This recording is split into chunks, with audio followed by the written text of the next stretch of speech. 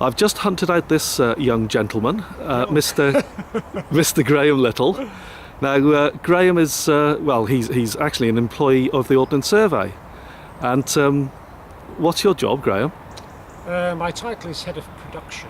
That involves overall responsibility for all our field survey activity and our photogrammetric activity. That's basically taking aerial photographs and collecting information from them. So it almost seems as if you're sort of in charge of the field surveyors? Yes, that's right. Well, really, most of our what we call data collection nowadays, but yes, it's surveying of one form or another. Yeah. Now, of course, we're down in Swindon, aren't we? And we are. Delightful Swindon, yeah. Lovely, beautiful Swindon. Early in the morning, just had breakfast. Yeah. And this is part of an Ordnance Survey conference or symposium? Yes, it is. It's three of our regions getting together to listen to how customers use our information, to have a bit of a social exchange and generally have a good time. Now, I have met you before, but I've also seen you on TV recently because you seem to be a representative of the Ordnance Survey in an official status. Yes. And I know that you appeared recently on the Mountain Man programme, and that was about Sir Hugh Munro and the Munros, wasn't it? Yes, it was. I guess as well as working for Ordnance Survey and having done so for very many years, I'm also a reasonably well-known mountaineer. I've climbed all over the world, and so Ordnance Survey wisely uses the experience that I have to represent them on mountain matters, in one form or another. Now, of course, I was also present at a recent press conference just north of Glasgow, and that was held, it was put on by the Munro Society, and again you represented the Ordnance Survey that day. What was that about? Well, mankind has this sort of increasing desire for accuracy over all things, and there are some enthusiasts that are hell-bent on determining the exact height of hills. It's a harmless pursuit, but it causes us a little bit of grief, but at the end of the day we're happy to improve the quality of our information. And the truth is, we focus an awful lot of our attention on the urban environment for obvious reasons, because that's where the issues lie. In terms of height information, clearly many tens of thousands of houses have been built in the floodplains, and accurate heighting for the low-lying areas of Britain has more immediate requirements and more relevance than slight differences in mountain heights. But for some people, slight differences in mountain heights are really, really, really important.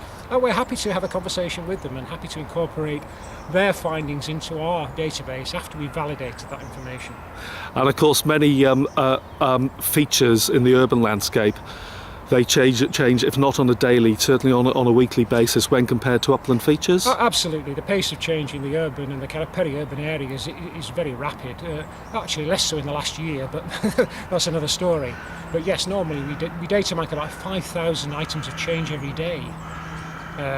And most of that's in the urban environment. That's not to say that the rural and mountain moorlands areas don't change, because they do, but it's a different pace of change, different types of change, and we treat them in a slightly different way as a result of that. Now, of course, the data from those changes that you collect, they will go onto your database, won't they? That's right. We've got a huge database of information we've been collecting for very many years, and it's, if you like, it's a model of the world that we live in, and the changing world we live in, and it has many, many applications, obvious ones to do with local authority planning activity, utility services, but increasingly some of the applications are to do with global warming, to do with associated insurance, to do with distribution. It's just remarkable how many applications there are for geographic information. Now, of course, those changes that are put onto the database, that basically means that your computerized models will be accurate as they can be. But of course, as far as the paper map is concerned, that all takes time, doesn't it, for those changes to be put on, yes, and also to come out? Well, that's right. There is a time lag between collecting that information in the database and eventually finding its way into paper mapping. In the longer term, a bit of a vision for the future, we want to get to a position where we can almost press a button, and from the database we spin off all the other products. That's the kind of holy grail It's not going to happen in near future, but we're getting there. We're doing quite a lot of research in terms of how you can achieve that. So instead of having piles of maps on a shelf getting out of date, you print on demand and you print from your latest information. So that's the vision. Well, I think that vision, hopefully it will be attained, and it sounds a fantastic vision to have.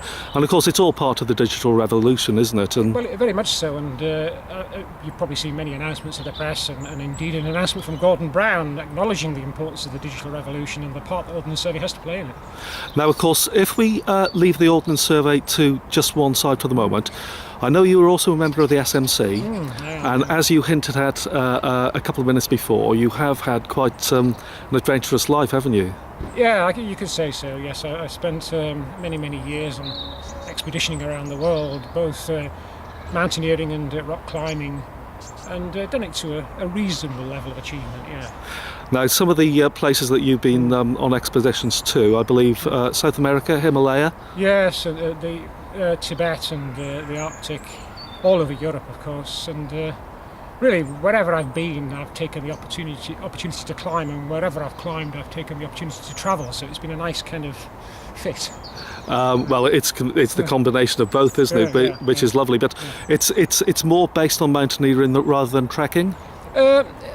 Both actually, because I really enjoy rock climbing, and I think as you get older, you have to modify your ambition. That's just the nature of getting older, and cragging, climbing on small outcrops is great fun, and particularly if you're doing new routes that nobody's climbed before. So, yeah, that gives me a real buzz actually.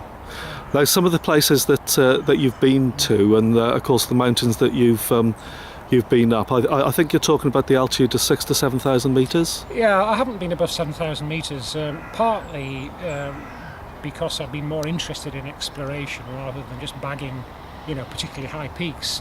But partly because of the time you have to invest in going above 7,000 metres, the acclimatisation, and I've had to condense my trips into quite short holidays, maximum of about sort of six weeks occasionally, well, once 8 weeks, but usually 4 to 6 weeks. So I've had to set my sights in relation to that time frame, which doesn't allow you time to acclimatise to heights above 7,500, certainly not to 8,000 metres. And the 8,000 metre peaks have been climbed so many times, they don't really have any appeal to me. People are always astonished when I say I've no desire whatsoever to climb Everest. The reasons are pretty obvious if you think about it. It's been done many times before, and it's covered in tourists these days.